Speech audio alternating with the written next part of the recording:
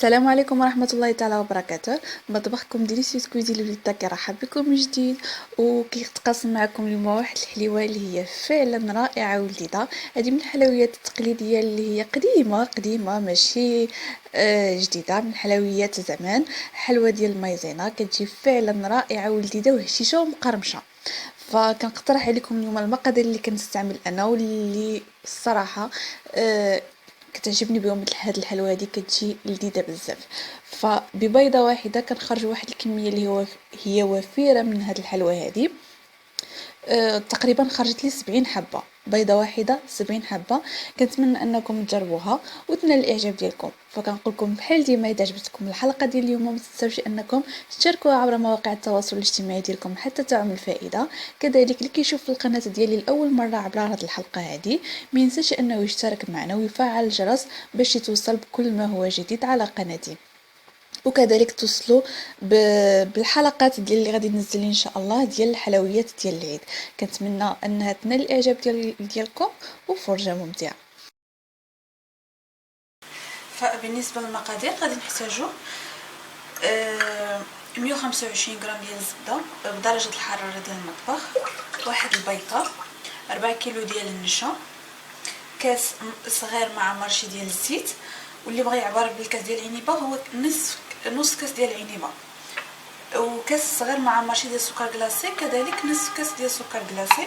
ما نكثروش الحلاوه لان باقي غادي نعملوها في الشوكولا وباقي غادي نعملوا لها البسكوي. عندي هنايا واحد الساشي ديال الفاني، وعندي نصف ساشي ديال الخميره ديال 7 غرام اولا اللي عنده متوفره ديال 8 غرام. المهم الخميره ما نكثروش حتى هي منها. واللي بغى يضعف المقادير، انا بالنسبه لي كنعمل المقدار اللي هو صغير باش كتنكل لي لان دغيا كنمل لهم الحلوى. اذا عملت مقدار كبير كتبقى تما، فكنفضل انني نعمل مقدار صغير دغيا كتنكل وكتسالى. فغادي ندوزو ان شاء الله باش نشوفوا الطريقه ديال التحضير.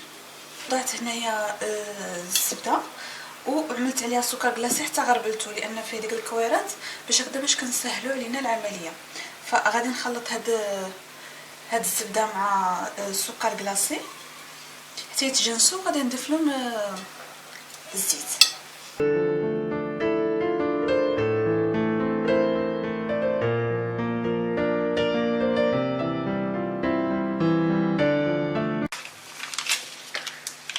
غادي نضيفو الساشي ديال الفاني،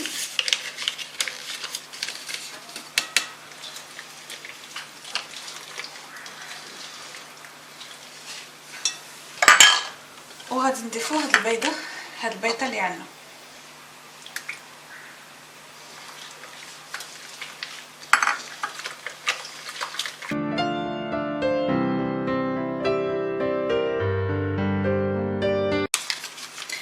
كنضيفو هاد نصف الكميه ديال الخميره،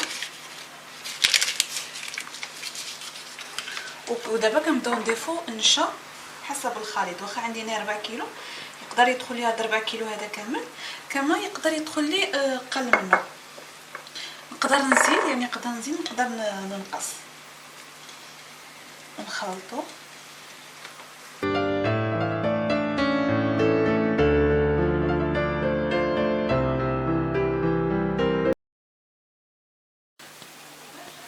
صافي، وهذا هو القوام اللي خصنا نحصلوا عليه. فانا زدت هنايا واحد الكميه ديال النشا، الصراحه تقدر تكون ديك 100 غرام هكذاك زيتها كامله، ولكن كتبقى دائما حسب الحجم ديال البيضه اللي مستعملين، النوعيه ديال الزبده اللي عندنا، وكذلك حتى النوعيه ديال النشا اللي حنايا مستعملين واش نوعي جيد ولا لا.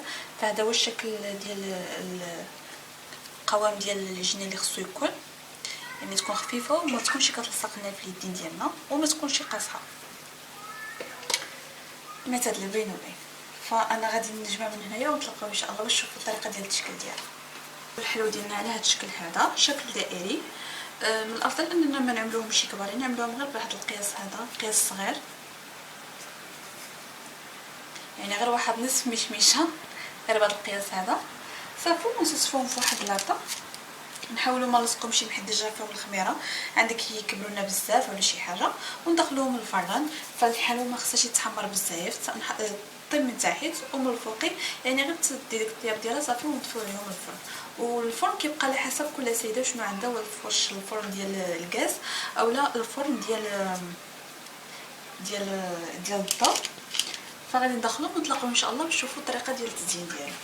طيبنا الحلوى انا عملت هنايا بواحد البواط اللي هي هيرميتيك باش نحتفظ بها، باش كتبقى لي كتحتفظ بهذيك القرمشه ديالها. فهذا هو اللون اللي خصها طيبنا عليه، ما كنحمروهاش بزاف، كتبقى هكذا بيضه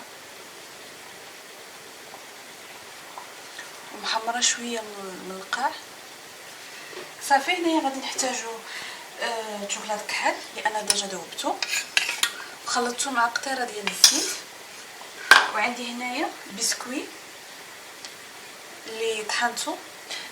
يمكن لكم تستعملوا اي بسكوي، انا استعملت هذا جيب بالنكهه ديال الفاني فيه الشوكولا.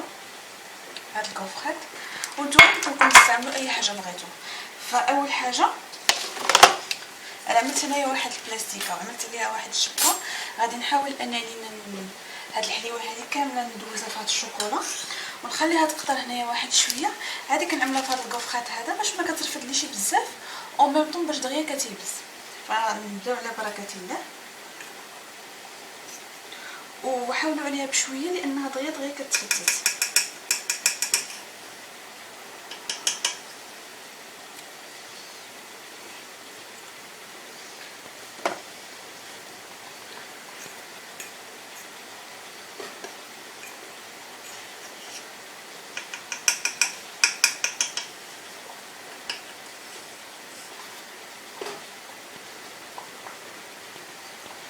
فحال اللي بدات تقصح واحد شويه غادي نهزوها وغادي نمدوها في هاد الكوفريت. هاد العمليه هادي كنعملوها غير ملي كيكون الجو سمح، ملي كيكون الجو بارد ديريكتومون كنعملوها في الشوكولا، كنعملوها في الكوفريت ديريكتومون حيت دغيا كيكون دغيا كيقصح. فغادي نمد هاد الحلوه هادي ديالي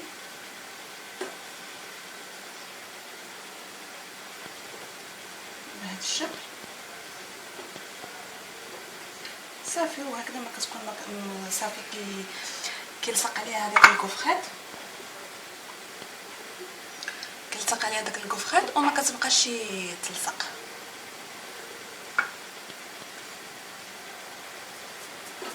انا غادي نستمر وان شاء الله نتلاقى باش نشوفوها في الطبق ديال التقديم. الحلقه ديال اليوم انتهت وكيكون هذا هو الشكل النهائي ديال الحلوه ديالنا. كنتمنى انها تكون نالت الاعجاب ديالكم وتطبقوها في هذا العيد هذا، فهي كتجي لذيذه بزاف. ان شاء الله تتبعوا القناه باش توصلوا بكل ما هو جديد ديال الوصفات ديال العيد، لانهم غادي يكونوا فعلا حلوات اللي هما مزيونين وراقيين، ما بين الحلويات التقليديه ولي غاتو بريستيج اللي هما مطلوبين من عند الصديقات والبنات المتتبعات ديال القناه. كنتمنى ان الحلقه اليوم تكون نالت الاعجاب ديالكم. غادي نخليكم في امان الله مع وصفه مقبله باذن الله، ودمتم اوفياء لقناتي وشكرا لكم على المتابعه.